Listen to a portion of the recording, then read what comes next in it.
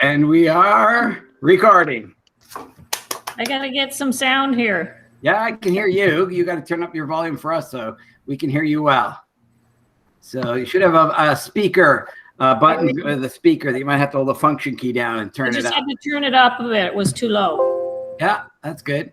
That's good. I can hear you. Perfect. We hear you good. So how are you? We saw a movie. We did. A movie, an old one. Very old. Oh, Before I was born. Me too. not me. Yes. I think I'm older. I'm the oldest, am I not? I'm going to be 60 this year. I'm going to be 64 next month.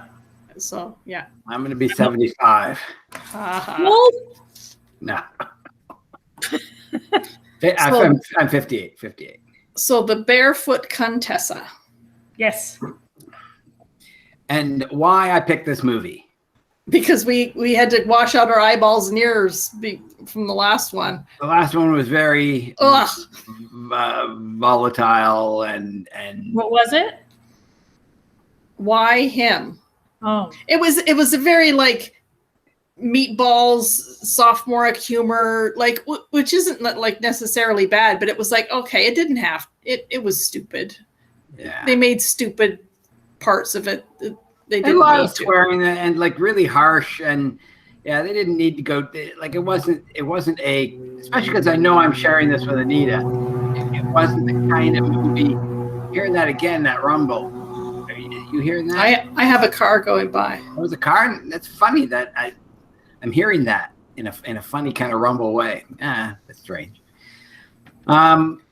So yeah, this movie I picked was because I had dated someone like 25 years ago, and it was their favorite movie, and I'd never watched it. And so I was all my life I'd see something about the Barefoot Contessa, something about the movie Ava Gardner, and I came across some mini documentary on YouTube on Ava Gardner, and I watched a bit of it, and it talked about the Barefoot Contessa, and I went, okay, that's it. Got to watch Barefoot Contessa. That is my pick. I've always wanted to, and now I knew a little bit about Ava Gardner, and now I need to see that movie. The girl also liked African Queen, another Bogart movie, and I loved African Queen. I watched it with her, and I went, that's such a fantastic movie. Yeah. And so that's why I wanted to watch it. So what did you guys think of the movie? It was okay. I think it was really a story that is really as old as time, because it happens to a lot of actresses and actors too, still today, what happened to her, I think. No, and actually, I think it mirrors, if you go onto YouTube and look up Ava Gardner and look at little bios of her life, it sort of mimics hers. Yeah. What happened to her, yeah. And Elvis Presley and Britney Spears and Judy Garland. I think it's normal for most actors, musicians, and that if they get in really young, they can't handle what these directors and writers and everything do to them. She wasn't very young. She was reasonably mature and had a focus on a bit of a career already. And like the whole idea that she said, no, I don't want to be a part of that. Whereas most kids nowadays, they are driven to want to be stars. Celebrity. They're dying to be a celebrity. They think that's their in the world. Yeah, even if they have no talent, they just want to be. And she didn't desire that. But part of it is that what I liked about this movie, it kind of showed, I won't say broken people, but kind of like that. Humphrey Bogart was pretty well the only one in some ways. He was he was an alcoholic, but he was handling it well. He was happily married. He did his work, and he had a slump that he was coming out of, but he was, the only one who's kind of really doing well. Like the rich guy was a jerk.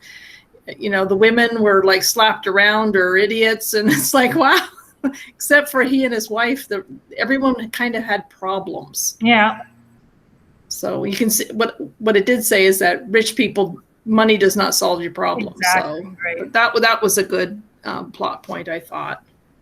Well, it does solve your problems if your problems are monetary related, which poor people, their problems usually are monetary related. So Sure. them, it solves their problems. It might give you a whole new set of problems. Yeah, but it's usually not the problem that you think money doesn't usually solve the problems. It makes it easier, but you just get different problems. Yeah. What I noticed is you never saw in the movie, like you would today, her actually dancing or acting as part Right. of the movie. We didn't see Other him. than that little thing when she was with the gypsies. Yeah. I kept Yeah. waiting for let's see her do her dance type thing, and let's see how she does acting in the movies, and it never came up. Maybe. I was going to say maybe she wasn't a good actor, but she's a good actor. But she might not have been a good dancer. She did do that little dance. Yeah. What I appreciated was that it was a platonic relationship that Harry and Maria had, and that you don't see that very often. They have to throw some, Yeah. make some steamy kind of thing, and they didn't have to do that. It was a genuine sort of caring relationship that you get to see, and in a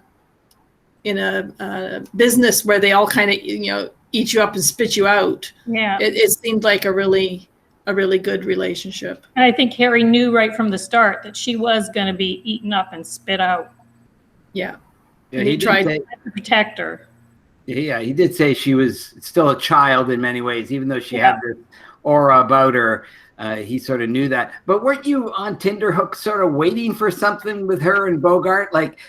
Because Bogart's always a leading man, and you just assume that, and he's the stalwart, never failing her, always on her side. Isn't that the person she's going to in the end go, but it's you? Like, I was so right. And it was refreshing to not have it. Yeah. Yes, it wasn't the obvious, oh, let's have them fall into bed. It was really nice that they maintained that. Yeah, I was very impressed with that. Now the guy, what's his name? Played by Warren Stevens, Kirk Edwards, the rich guy at the very beginning. I'm watching him, and I'm going, where is he from? And he was on an episode of Star Trek. Oh. Yeah. There you go. When the people were all sped up compared to the people on the Enterprise, and he was the leader of them. And I couldn't get that out of my mind when I was watching him. It's funny, but when I watch, I look for flaws. So when it started out with the funeral, I thought, how can they make a statue so fast and have it there at a funeral? And it's like, oh, they solved that it's like it was done earlier. And it's like, okay, thank you. And then at the end, when they said, oh, they have him drinking because she poured a drink, and then it looks like he poured it, but he used seltzer. So it's like, okay, because he didn't act like he was drinking again. So it's like, okay, that was solved. Like these little things that it's like, oh, phew, it did go the way it was supposed to go.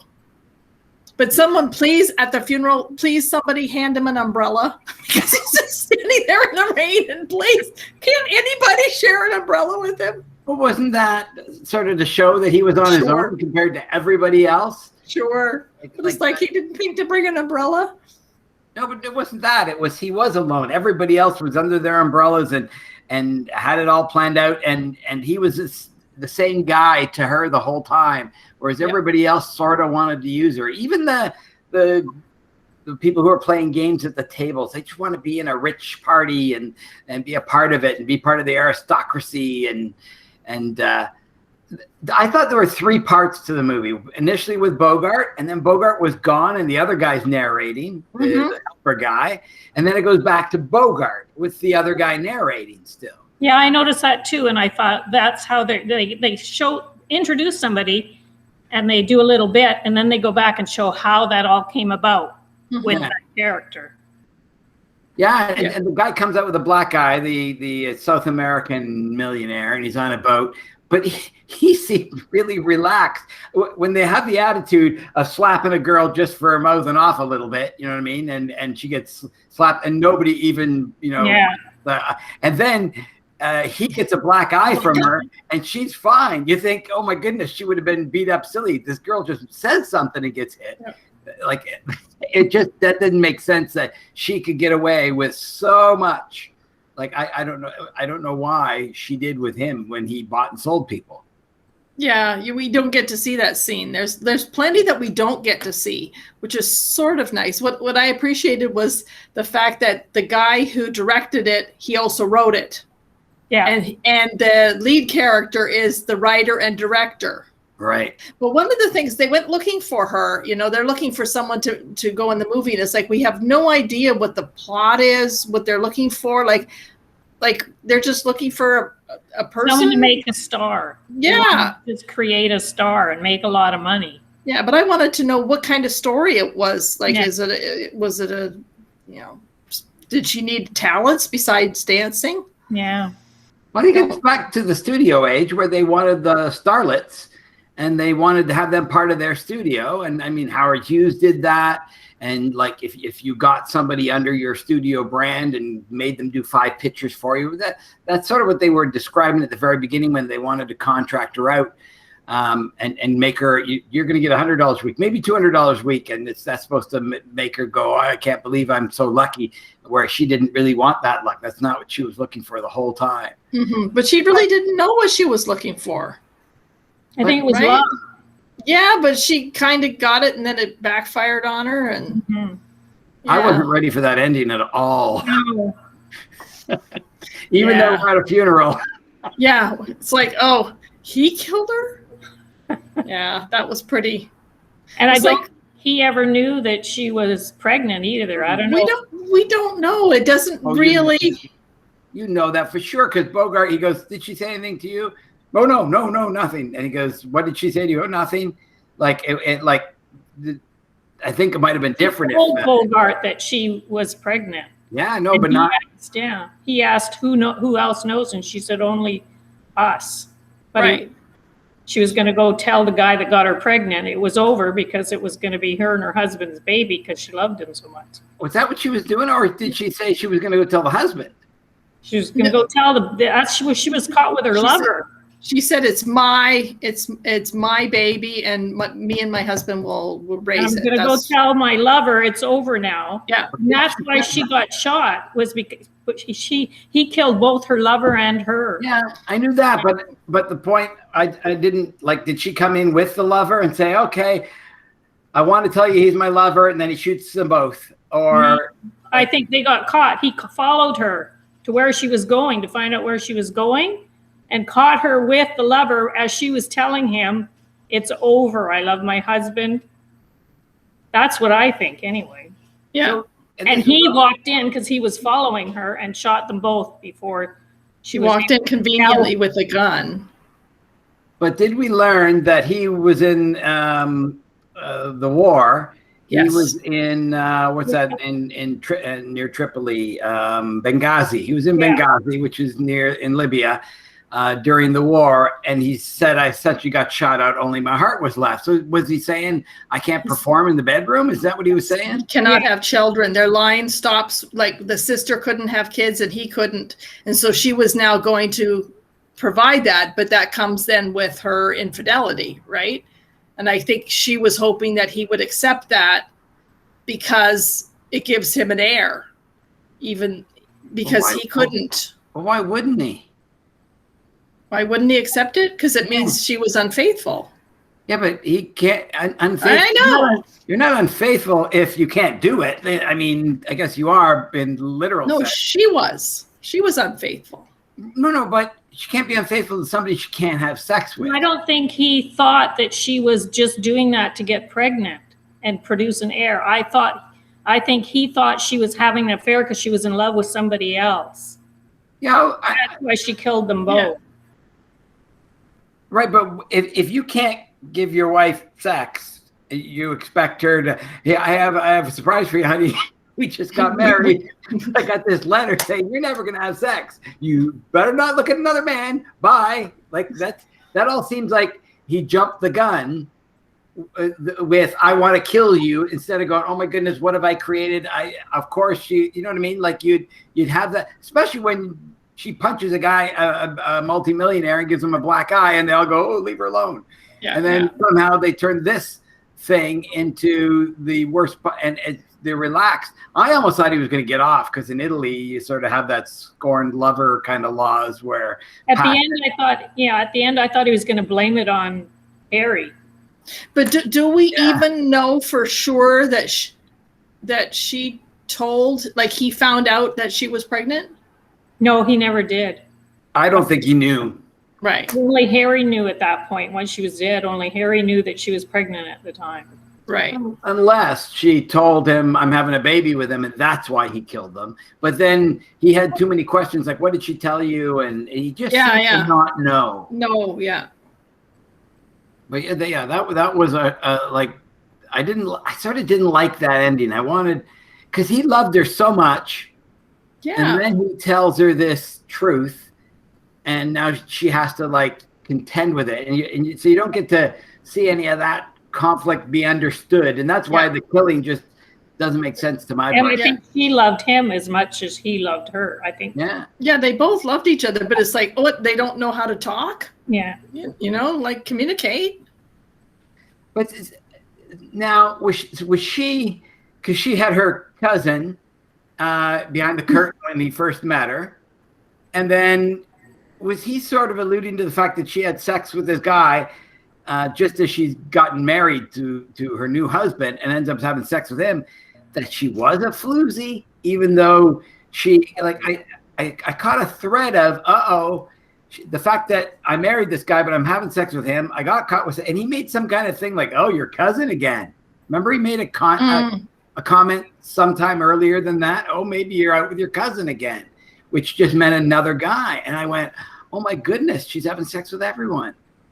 Or not everyone. Well, I think she was, but when she got married, I think she was in love with him, but then he threw her for a loop and the thing is, that stuff can be worked out. It's like, you don't just, like, he's the one who'd be upset that there's no heir.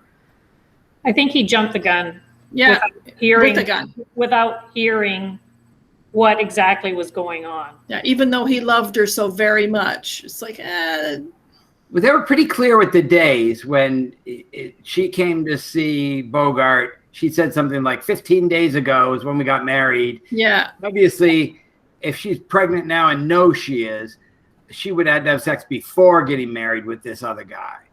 No, it was 13 weeks. It was 13 weeks. So she's 2 months pregnant. I thought it was 15 days when she visited him. Oh, it was weeks. Oh, okay. Yeah. No, it was 13 weeks, and it had been the week before that she died is when he saw her. And so I think they were on their honeymoon for 15 days. Right. And they've been back since. Right. So that's what that's what I'm saying. Since they got married, she didn't have sex with this other guy. Yes, she had sex with him after they were married. Because there was after their honeymoon. Because no consummation of the relationship. Okay. Yeah. Which I don't know. I can't imagine getting married and then saying, finding out there's a problem and saying, oh, okay, I guess I'll just go sleep around. Yeah. Like that's not when you loved him so much. So that part didn't make sense. Well, they did say beforehand, before they got married, remember they said something about, does he kiss you or whatever? And she was kissed by him. Only touched her face or something. Yeah. Right. Yeah. What I did like is they set up a bunch of, I won't say mysteries, but they set up some themes that were pretty good, like her wanting to be barefoot in one world and in the dirt and out of the dirt. And then the statue had bare feet, and then he took her shoes off after she died. So like little things like that were pretty good. And they set up at the very beginning, she hated her mother, and it turns out, oh, yep, there's a reason why.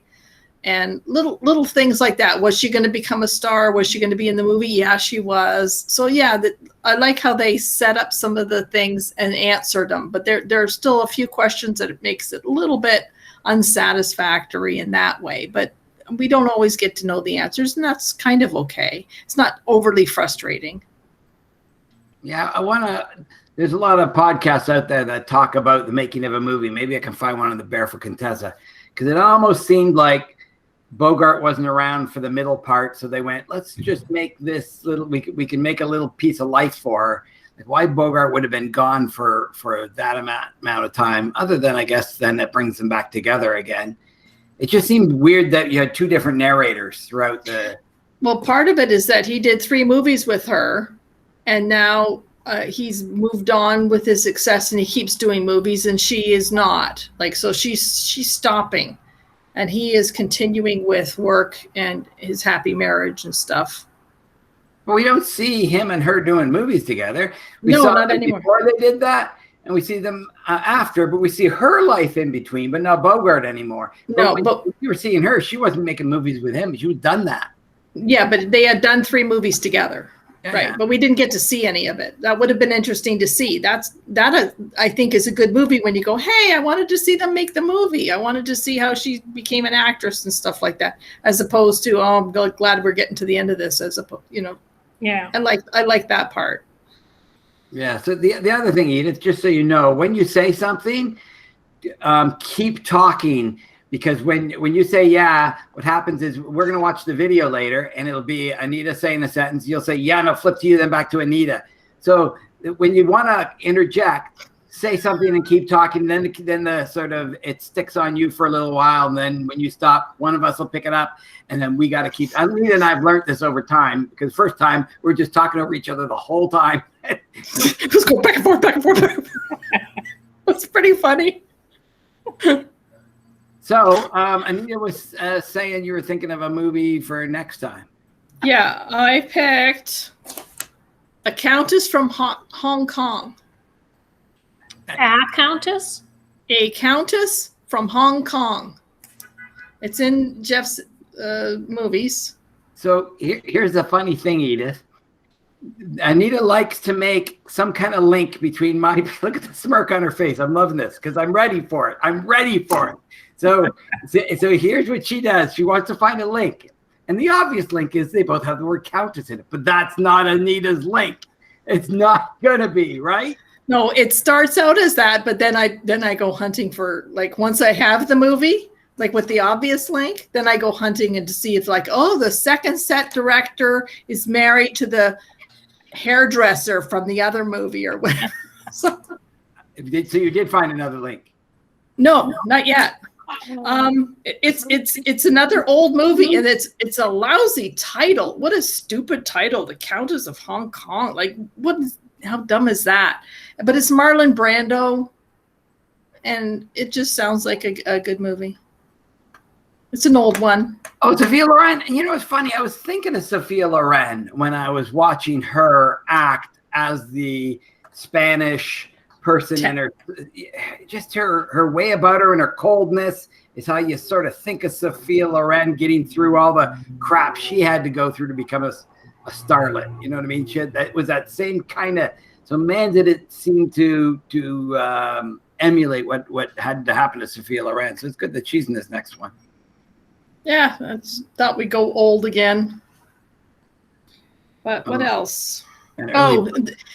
So she never packs, this woman. She goes off with Harry and she doesn't pack. And then she goes up with this guy and she doesn't pack. And she doesn't even take shoes half the time. It's like, what's going on with her? Because I love to pack. That's half the fun of a trip, is figuring out, making a list of what you're going to take and figuring out should I leave this? Should I take that? I believe we would all be happy with not packing if we were dating billionaires. Sure. Yeah, there was the idea that they were going to be able to buy her anything she wanted. And they had great clothes for her. She had a number of gorgeous outfits. Gorgeous, gorgeous outfits. Yeah. Not often I talk about the clothes, but they were beautiful. It's just how tiring life would be. I see the people all sitting down playing games, and they're all wearing gowns and stuff. And are those the kind of people that always wore them? Like when they were that kind of aristocracy, did you always have to dress properly? Or could you just put on track pants and a t-shirt kind of thing? Like I don't quite, because even I'm just gonna let my dog out. Hold on. Okay. I don't know if it works that way. I'm assuming that when they're out, whatever out is. You know, when you're with people, you have to put on the glitz and the glamour. There's a lot of smoking. I think in those days when they did go to these clubs or to the casinos or whatever, they were dressed to the nines. Yeah. You see just regular workers, like you see pictures of people going on strike during the Great Depression or something, and everyone's in a suit and a hat and going to work. You know what I mean? Like they all dressed properly. Like you didn't not dress. So if the commoners dressed that way, like you wonder if when you have multi-millions, the reason the commoners did dress that way is they wanted to emulate people who had money. And so they would think and be that kind of way. You didn't want to be and act poor. So that's hard to figure out how when you're if you're would be today's day and age, a multi-billionaire. That guy was like one of the richest men in the world. And you don't get on a plane and sit with your buddy and your coworkers and look at a star you want to turn into a star.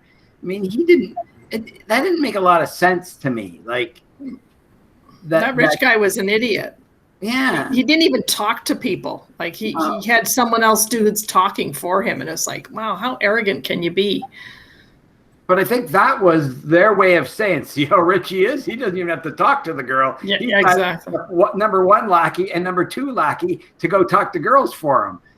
I think that was how they showed that in the 50s and the proof that he was so rich. Yeah, he could get a girl signed by just going, be there in an hour with her signed or don't bother coming home kind of thing.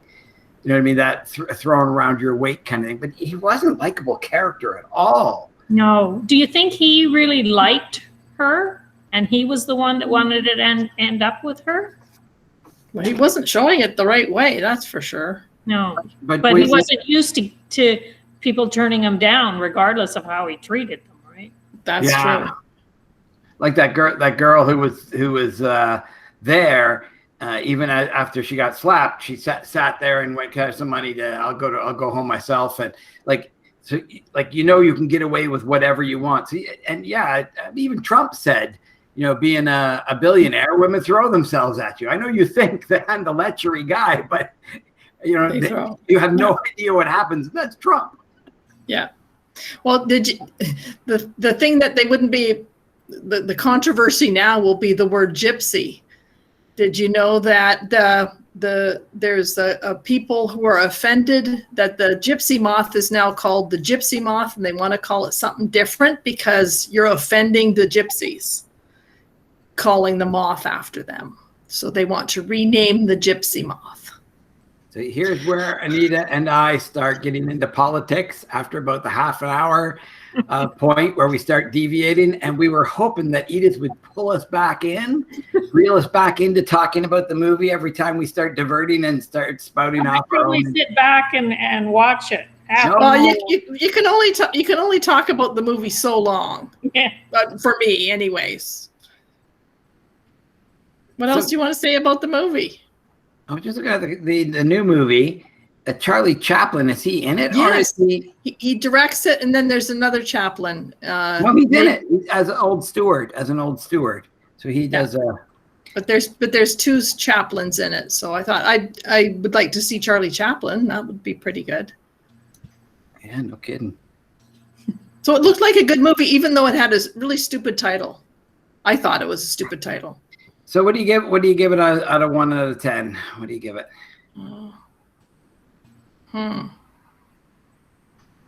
7? 6, 7, yeah. About that. Like it wasn't great, but it was good. For its time, I'd give it a lot more, but yeah, comparing it to what I like today and what I see, and compared to old movies that I like, I think I'd give it about a 5.5. It was just better than normal. That's all. Okay. I think it was long. Yeah. But it missed a whole lot in the story, and that I was expecting to see more of her acting and dancing career. And sometimes you really didn't know whether she was sleeping with somebody or she wasn't sleeping with them. And not obvious. When the South American guy, and then she turned him down. Was it South American guy or another guy? She turned him down, and then he sort of mutters "slut" underneath his breath. And I'm going, wait a second, it's the other way around. She didn't want to. And at that moment in time, I thought she hadn't slept with anybody, and she was, you know what I mean, like that. She did say something at one point about saving herself for her marriage, or Don't you remember her saying something like that? That sort of, I didn't understand now the cousin, and that now sleeping with this other guy, if she was really saving herself for marriage. Like I'm still a bit confused on. She might have just meant saving her heart for marriage. Yeah, maybe. Not her body. I guess so. But there weren't any obvious signs that she was like, she never took, maybe it's, she like the regular guy instead of the rich guy, like she was never impressed by, and she certainly told you very loudly she didn't like to be told what to do, because the moment somebody said do this, she went, I think the I'm doing opposite. the other thing now. I liked dinner. I really did. Yeah, that's a woman with chutzpah, and you don't always get that, especially since, okay, she's done 3 movies and she's probably sort of smart with her money, but I mean, a more ambitious girl would hang on for movie number 4, 5, 6, and like would make it a thing about it. But clearly it wasn't the most important thing in her life. But I like the idea too, like the title was Barefoot Contessa, and the barefoot is kind of the freedom, and the Contessa was trying to have the rigid, following the, having an air and continuing the line. And I just saw that being a juxtaposition. I think that's the word. I took barefoot as when he called her a child, and then she talked about being a child in the war and playing in the sand and burying herself, and that barefoot meaning innocent child, and Contessa meaning aristocracy and rich, and And I liked her theme of saying the with her feet in the sand, she's in one world and not in the other. Like it's trying to be two things at the same time. Yeah. So can't imagine what it would be going through the Spanish Civil War that she had to go through, and that was the first sort of war where there was wholesale bombing of towns and like from the air. So what the PTSD you must have, sure, or something like that. And maybe that's a bit why she was jaded, that she lives with her parents and her brother while she hates her mother.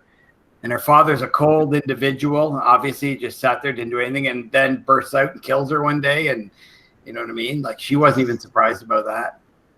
So when she was dancing for the gypsies, that's how I think in my head that I can dance. I, however, cannot. but I feel like I can. She was a good dancer. So what do you think the point was to her stealing that money and throwing it to the gypsy guy? Wasn't that the gypsy guy that she threw over the balcony? Yeah. But or was it one of her lovers that she's given money to? That was the guy she was dancing with, I think, when she was dancing with. But when she says cousin, does she mean cousin? No, I don't think. I think he meant. Yeah, I know, but cousin was the term for I'm not doing it with him, but I am. You know what I mean? Like that's my cousin. Don't think of me like that. Of course, it wasn't her cousin. Okay. No, yeah, sure. But that we don't really find out how involved they really are, except after the marriage, we know that she has slept around because she's pregnant. And do we know who she was sleeping with to get pregnant? Like we're all assuming it's like that guy. Didn't they say something about the gardener or one of the workers around the place? I thought it was. Okay. Well, because like during the wedding, she wanted to go down to their party. She didn't like her own party because it's full of stuffy aristocracy. She wanted to go and have fun with the servants. But there was another scene where there was somebody sitting in the back. She was with her husband or something, and there's some guy or was that the South American guy earlier? I remember seeing a scene where some guy's all by himself sort of just watching her, and he was a lower life Gardner kind of guy. Yeah, that was one of them, but we don't know if that was the cousin or not. But the money being thrown too. Like we couldn't tell if it's all the same guy or not. That's the thing. They look too much alike. We couldn't tell. They weren't named. Bogart made the comment about, is that your cousin in that other house? So she bought a house, has a party at it. They're looking up at this other house. And I thought that house was owned by the richest guy in the world. What's his name? The first guy. Did she rent the house? Does she say? She talked about renting it. I meant her house. It was her place she had the party at.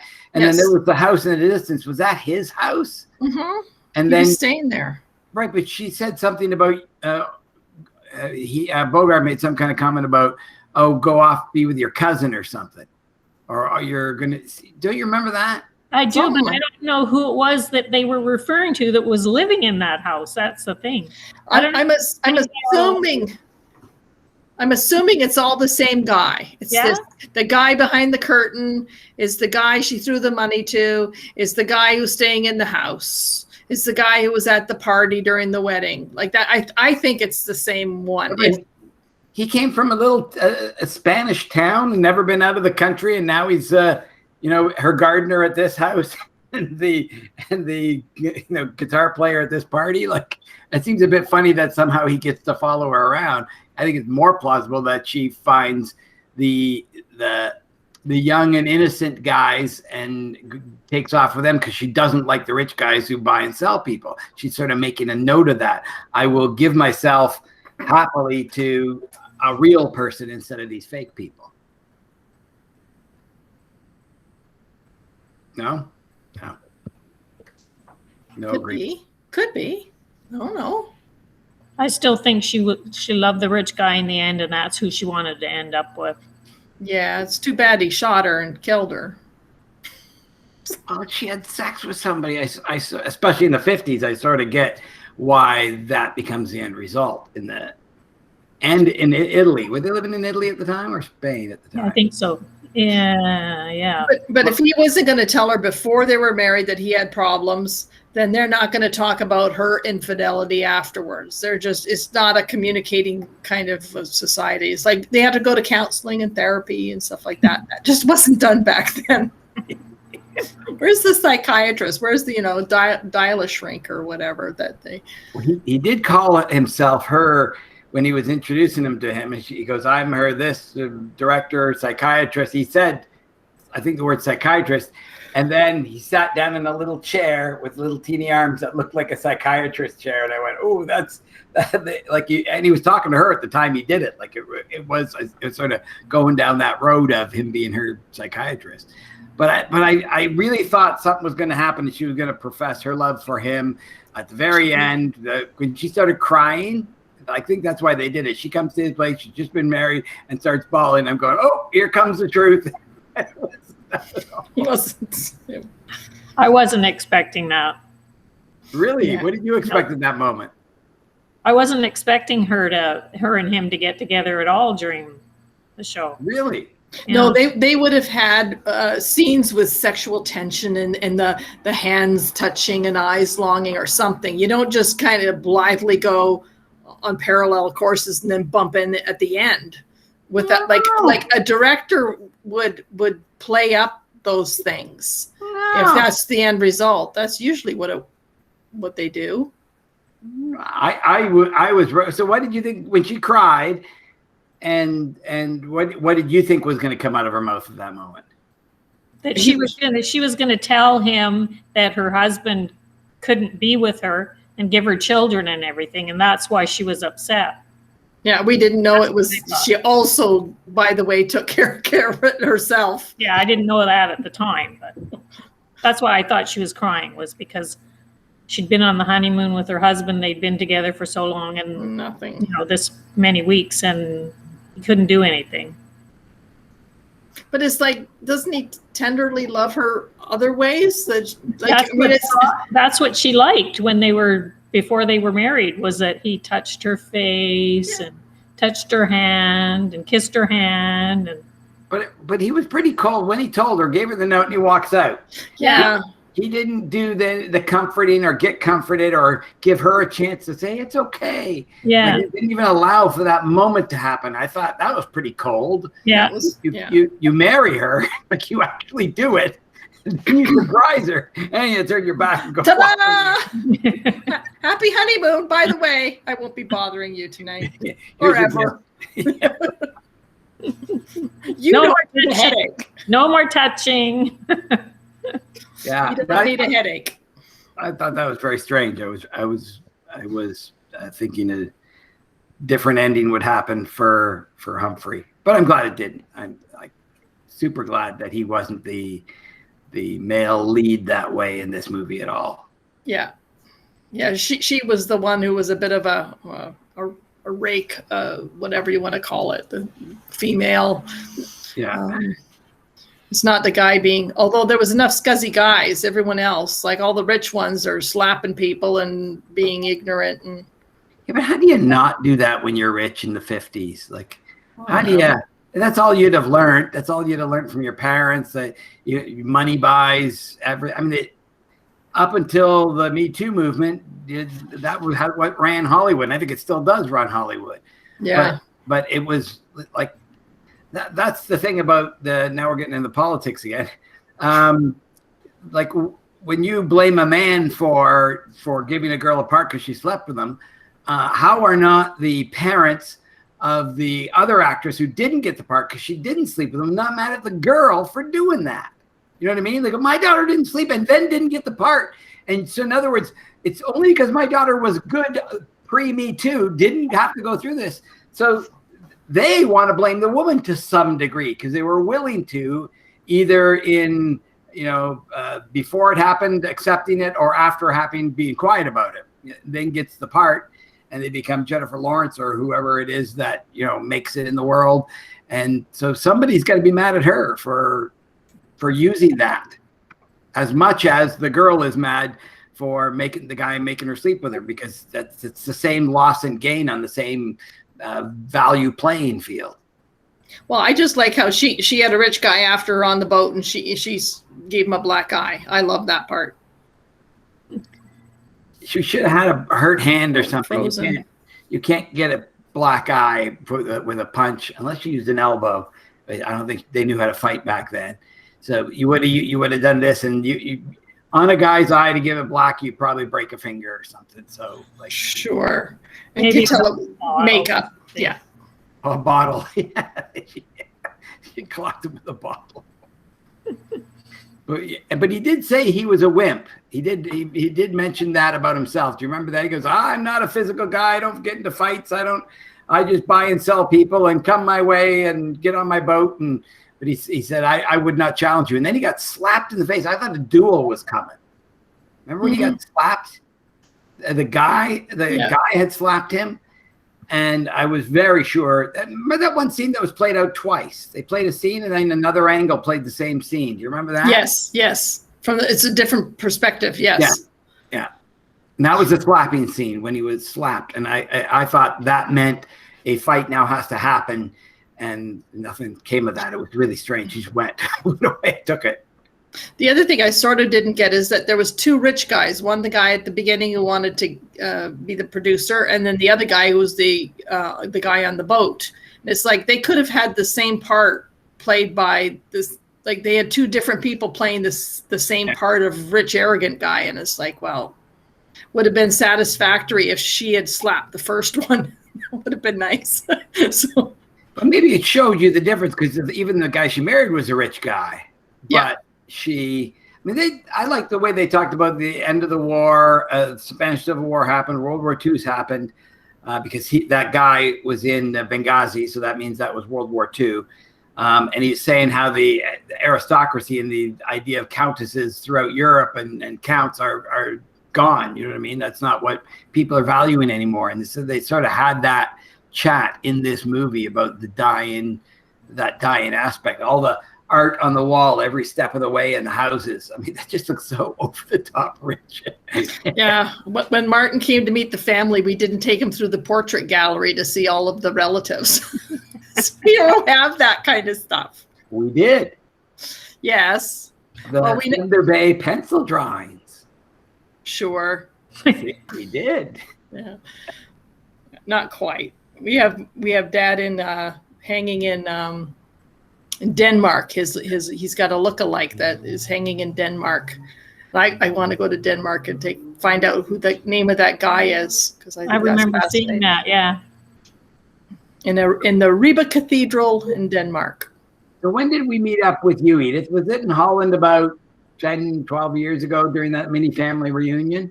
More than 10, 12 years ago. The first time I can remember, well, mind you, I'm a little older. Maybe you weren't born yet, was for Elleveld's 50th.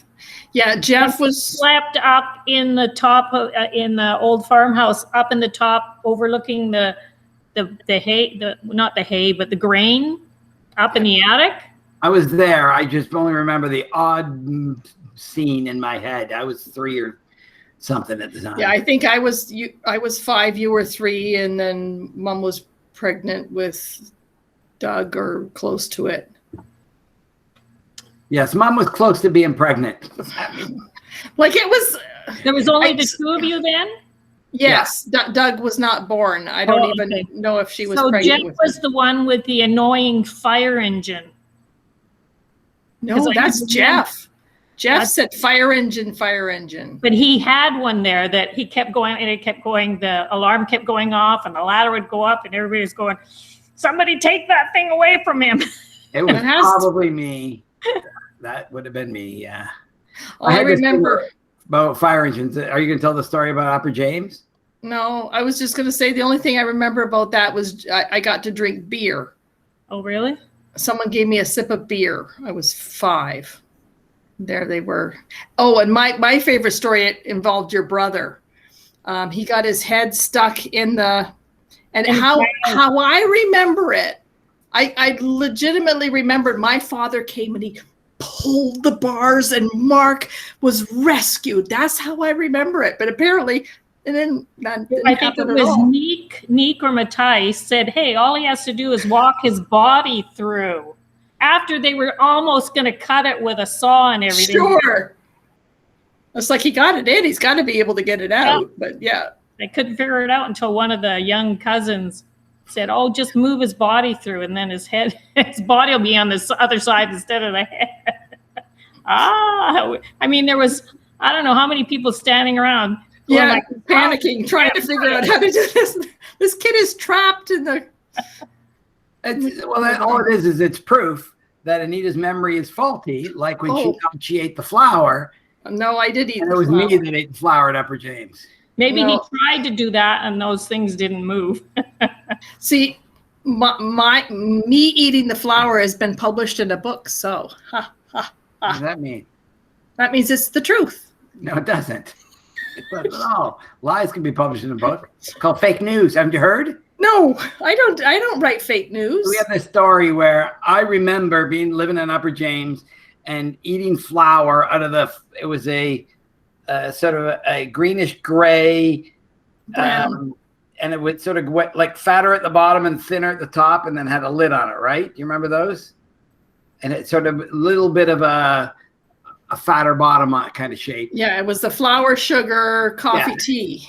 And I put a spoon in and I started eating the flour, and I did it because I knew cakes made flour. And so and dry flour and choking it up, and it was awful eating it. And then I tell Anita the story, and she goes, no, that was me. I ate flour. You were watching. I go, no, it's the other way around. We both have totally different memories. I don't remember. I only remember sneaking it and thinking something about cake batter tastes good. And I didn't know if it was sugar or flour. But I knew it wasn't the eggs. It wasn't the raw eggs. So it's like, okay, it's got to be one of these two. So I took a whole big spoonful, and it got stuck in my mouth, and it was all gummy. Oh. Wow, that's an ambulance. And it was all gummy, and I couldn't, and I tried to, and Mom came around the corner and said, what are you doing? And I said, nothing. And when I said nothing, the little poof of flour came out. And how does she remember it? That both of you did? She has no recollection. No, of anyway. Okay. She doesn't even know my name anymore, does she? Yes, she does. Jeff. She knows Chuck. She calls my dad Chuck. How are you liking New Brunswick? It's wonderful here. Yeah. Yeah. It looks nice. In Ontario, we say Americans are rude, right? That's sort of how we say. And you might think of the same way where you are. Americans are rude. We're nice. Now I think Ontarians are rude. I have the same amount difference in rude. So if Americans are 4 rude, Ontarians are 2 rude, and we're 1 rude here. I've heard that Newfoundland is even much less than here, and they're so nice over there. Like. A friend was talking about he had to do some sales call in Newfoundland, and he arrives at the place in Gander or wherever he was, and he's doing the sales call, talking to the guy. He goes, "Where are you going next?" He goes, "Going to this town." He goes, "Oh, my aunt lives there. I'm going to give her a call. She'll have you over for dinner tonight when you get there." And so sure enough, he gets there, has them over dinner, says, "Stay the night here." They stays the night there, and then asks him, "Where is he going the next night?" And he says, and they go, "Oh, my friend lives there." And he calls him up, and he goes, "I have this, I got dinners everywhere. Everybody, because it's so isolated, they want guests. It's just, they're so happy to get them." So everybody's super polite there. We are more polite here in New Brunswick. I have to constantly be on the guard to make sure I relax and calm down and don't get all testy about people being slow about stuff. Even to the point where if you said to people, "Let's get together for 1 o'clock tomorrow," they'd go, "Okay." And then maybe if there's, let's say, 4 people you're getting together with, maybe 2 of them just wouldn't show up, and the other one would say at 11:45, "I'm going to be later, maybe 1:32. They just do that. Nothing is really important. It's all laid back. Super laid back. I was in line at the post office. No, not too laid back. The right amount laid back. I'm at the post office and waiting in line. There's maybe 8 people in front of me, and the cashier is talking to some girl, and they start going on about their weekend and the dogs and the kids and what they're going to do. And I'm like starting to fume inside about, why are they wasting my time? Like, this is ridiculous. I'm sitting here in a lineup 6 feet apart with my mask on in New Brunswick after being there like a month. And this person just is not getting it. And then I look in the lineup and everybody's happy and content but me. And I went, uh-oh, I'm the problem. It's me, not them. I had nowhere to be either. So but that's the thing, is you think you need to be mad at them for wasting your time. Now, if there was an emergency, I'm betting if you'd say, "I really can't, can I just," then I'll go, yeah, go ahead. They fight to let you in line in the car when you're pulling out somewhere, and people go, "No, I'll let him in. No, I'll let him in. No, I'm letting him in." Like, it's hilarious. Everybody wants to be the polite one here. Nice. Yes, it is. It's very nice from that perspective. No, they've been warned about you, and they've all been told to be kind. No, that's not the case. They really are. You'd notice it's palpable. It doesn't take you very long to figure it out. There's a price you pay when you call and say, "I want somebody to do an electrical work and put some outlets up for me," and then they just don't show up. And then you call them 3 more times, and then they say, "Okay, yeah, no, I'll set you in for Tuesday." And then Tuesday, they were going to be here at 10 o'clock, and they're not there at 3 o'clock. You call them up, and they go, "Oh, I just got stuck with things today. Sorry about that." They don't call you and tell you. Like, yeah, that happens here too, though. Yeah. Martin will people will say, come price a job, and it's like, please, people don't show up. So that happens all the time. really, I think it's normal. Well, if you have a, what do you call it, a much desired talent that people, you can kind of I won't say set your price, but you don't have to be at their beck and call. No. They have to wait, unless it's like some emergency kind of stuff, like the flood in my basement or something like that. Anita must be thrilled that we're doing this on the 23rd of the month instead of the 30th at midnight. So once Jeff posts this, I write a blog, and so on the blog I will put, how to chat. This time we had a guest, and I'll say a little something, but it'll just a link to the thing. But it's like and I want because it's the July movie, he will post it on in August, and it's like, then it's not posted, so I have to put the thing up and then go back and add it after, because he's like refusing to play. I know. I gave you everyone before midnight on sure, next month. I know, but I woke up in the next morning and it'd be August 1st. But I'm in bed. I know, but I've never failed yet.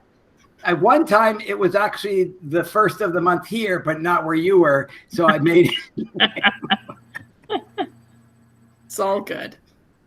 Yeah, it's good. We can do this through 4 time zones, and it works out okay. That would be interesting. Well, we did Dad's birthday thing with a lot of time zones, right? Yeah, that was all over the place. Well, thanks so much for doing this. I enjoyed it. That's cool. Yeah. And we will get together again. I don't know if you want to do it again. Just talk to us about it, and we'll figure that out. It'd be nice to have relatives from Holland. Yeah. Yeah, if one of your sisters want to do it, tell them about it. And, Australia. Sure. That's a real different time zone. It'd be hard.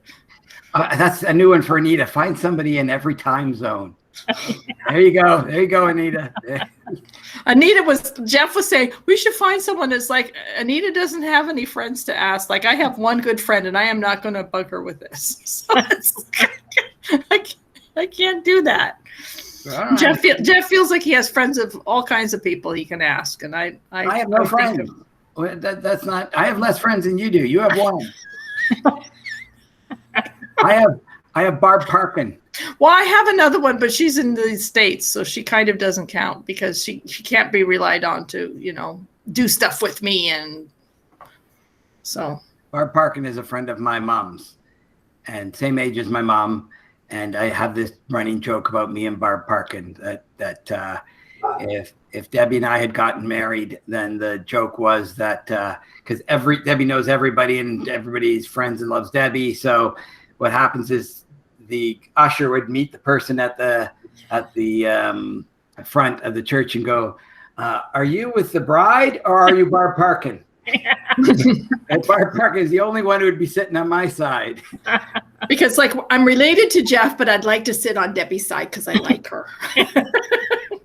That was and from pity, Barb Parkin was going to sit on my side. So there'd be one little head on that side. And this side jammed up with standing room in the back. There's little Barb sitting. Mom would sit on your side. We have enough relatives that we could find, even if we just do relatives like this. My kids alone would take care of a lot of them. Yes. We're having the kids over. And if they all come, there's 24 of us. Wow. Just the children and grandchildren. So just the loins of your forbearance. Yes. And if you want to freak out my kids, like when my son was, a teenager and being a smart aleck, all I had to say is, you sprung from my loins. And he's like, shut up, Mom, shut up. You may have the same problem Dad had. So far, your 4 girls are all popping out kids left and right, but none of them take on the Joldersma name. No, there's no Joldersmas. Right. And then, of course, Andrew has to have a girl. And so my dad had the same problem. The 3 people that had kids in the family, Anita, Jennifer, and then Doug goes to have 3 girls. So he doesn't carry the Eleveld name. And as far as I know, I've not had any offspring in this world.